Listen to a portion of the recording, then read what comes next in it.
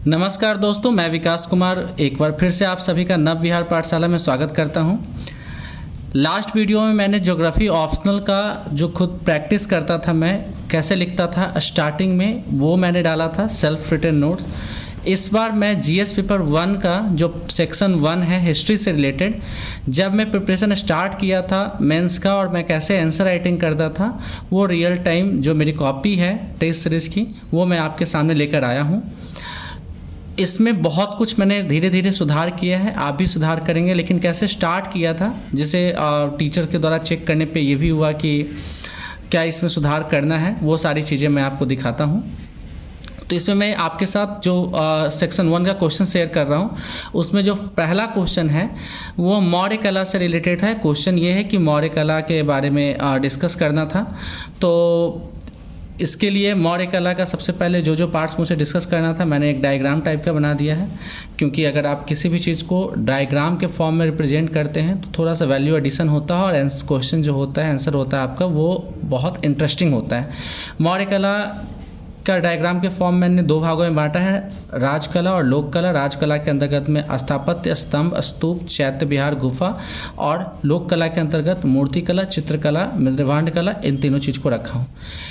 उसके बाद ये मौर्य कला का मैंने इंट्रोडक्शन दिया है फर्स्ट में, तो आप देख सकते हैं। इसका पीडीएफ आपको डिस्क्रिप्शन बॉक्स के लिंक में, टेलीग्राम का लिंक है, उस पर जाके आप इसका पीडीएफ भी प्राप्त कर सकते हैं।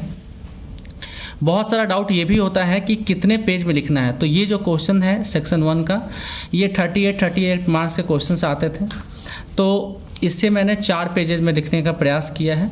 आप चाहे तो अपने अकॉर्डिंग इसे कम ज़्यादा कर सकते हैं, लेकिन मिनिमम 3 पेजेज और मैक्सिमम 5 पेजेज तक ही जाएं, क्योंकि अगर आप एक प्रश्न पे बहुत ज़्यादा समय देते हैं तो बाकी प्रश्नों के साथ आप जस्टिस नहीं कर पाएंगे। तो ये मैंने मौर्य कला लिखा है, ये फर्स्ट पेज है। ये सेकंड पेज, पहले इंट्रोडक्शन देने के बाद फिर मौर्य कला को कितने भागों में बांटा जा सकता है, वो मैंने लिखा है। इसे एक राजशाही कला जिसका विकास राजा के संरक्षण में हुआ था, तथा लोक कला जिसका विकास आम जनों के मन की अभिव्यक्ति और कल्पना से हुआ था। इससे मुझे 38 में टोटल 28 मार्क्स मिले थे। कमेंट भी मुझे मिला था अच्छा, क्योंकि बहुत कुछ सुधार करने के लिए भी बताया गया था, इसलिए बहुत अच्छा कमेंट इसमें नहीं मिला था।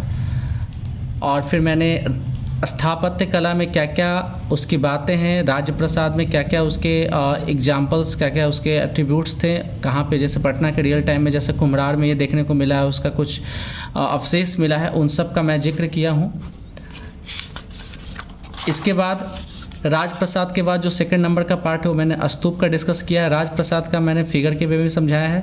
आप देख रहे होंगे फिगर बहुत परफेक्ट नहीं बनाना है, लेकिन एक डायग्राम का फॉर्म दिखा देने से क्या होता है कि थोड़ा सा आपका आंसर जो है इंटरेस्टिंग हो जाता है और आपको 1-2 मार्क्स एक्स्ट्रा मिलते हैं। उसके बाद मैंने स्तूप का चर्चा किया है, यहाँ स्तूप का भी मैंने फिगर बनाया है, नीचे उसकी हेडिंग दी है और स्तूप का डिस्कशन किया है।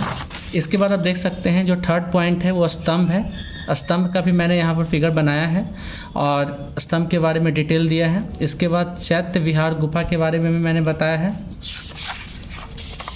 चैत्य और विहार गुफा में भी आप चित्र जरूर दें। मेरे पास जल्दीबाजी था तो मैंने उस टाइम पे चित्र नहीं दे पाया था, लेकिन अगर आप इसका चित्र देते हैं तो वह भी बेटर रहता है।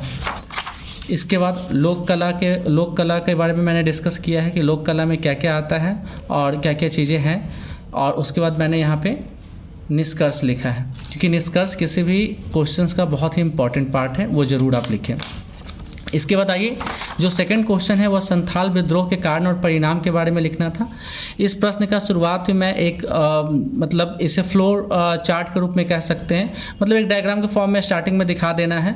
थोड़ा इससे वैल्यू एडिशन हो सकता है। कारण और परिणाम, एक जगह क्या क्या कारण थे वो मैंने लिखा है, परिणाम क्या क्या वो लिखा है। इसका मैं मॉडल आंसर भी जारी करूँगा जब मैं जीएस पेपर 1 का डिस्कशन लूँगा, तो उसे मॉडल आंसर भी जारी करूँगा। ये स्टार्टिंग में जो मेरे दिमाग में आ रहा था उसका है। इसके बाद मैंने इंट्रोडक्शन लिखा है कि संथाल विद्रोह संथाली जनजाति द्वारा 1855-56 में हुआ था। एक संगठित विशाल विद्रोह था, अंग्रेजों के सामने गंभीर चुनौती पेश की। तो इस तरह से इंट्रोडक्शन के साथ मैंने शुरू किया, और शुरू करते हुए यहाँ पर देख रहे होंगे कि मैंने पैराग्राफ फॉर्म में ही लिखा है, क्योंकि अक्सर ये भी डाउट होता है कि पैराग्राफ में लिखना है या पॉइंट फॉर्म में लिखना है। तो आप दोनों का सम्मिश्रण लिखेंगे तो बहुत अच्छा परिणाम रहेगा। इसके बाद जो सेकेंड पेज में आते हैं, सेकेंड पेज को ही मैंने अलग अलग, जैसे कारण था, सारे कारणों को अलग अलग पैराग्राफ फॉर्म में ही लिखा हूँ।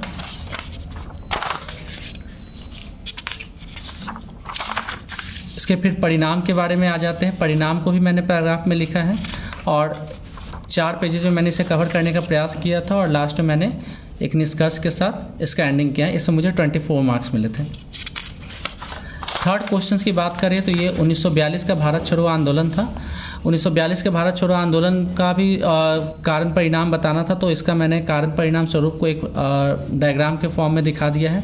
इसमें स्टार्टिंग में मैंने एक पैराग्राफ में इंट्रोडक्शन दिया, उसके बाद एक फ्लो डायग्राम के रूप में इसे दिखा दिया और फिर मैंने इसे भी पैराग्राफ फॉर्म में ही कंप्लीट करने का प्रयास किया है। इसके पहले कारण बताया है, कारण के बाद स्वरूप बताया है। इसमें मुझे 26 मार्क्स मिले थे। इसमें मुझे कमेंट भी मिला था, बहुत अच्छा प्रयास। और पहले कारण बताया, उसके बाद मैंने स्वरूप बताया और स्वरूप बताने के बाद मैंने फिर परिणाम की चर्चा की और फिर इसका भी एंडिंग एक संतुलित निष्कर्ष के साथ मैंने इसका एंडिंग किया है। तो उम्मीद करता हूं कि ये मैंने अपना रियल टाइम कॉपी जो आपके साथ शेयर किया हूं, ये आपको हेल्प करेगा आंसर राइटिंग में। और फिर मैं एक जीएस पेपर 1, जीएस पेपर 2 और ऑप्शनल के सिलेबस के साथ साथ हर सेक्शन का एक डिटेल डिस्कशन और हर टॉपिक के डिटेल डिस्कशन के साथ में वीडियो लाऊंगा। इसका पीडीएफ प्राप्त करने के लिए इसके डिस्क्रिप्शन बॉक्स में जो लिंक है टेलीग्राम पे, उस पर जाकर आप प्राप्त कर सकते हैं। और आंसर राइटिंग से रिलेटेड और कोई भी अगर आपको डाउट हो तो आप कमेंट सेक्शन में पूछ सकते हैं। लेकिन आंसर राइटिंग में जो बेसिक जो डाउट्स लोग में होता है, कितने पेजेज में कवर करें या कितने कैसे लिखें, तो पेजेज मैंने भी लिखा है 4 से 5 पेजेज आप लिख सकते हैं। मिनिमम 3 तो ज़रूर लिखें, 3 से कम अगर आप लिखेंगे तो आपके मार्क्स कटेंगे। ज़्यादा भी इतना नहीं लिखना है कि आपके अन्य क्वेश्चंस का टाइम आप एक क्वेश्चंस में खा जाए। ठीक है, धन्यवाद आप लोग को।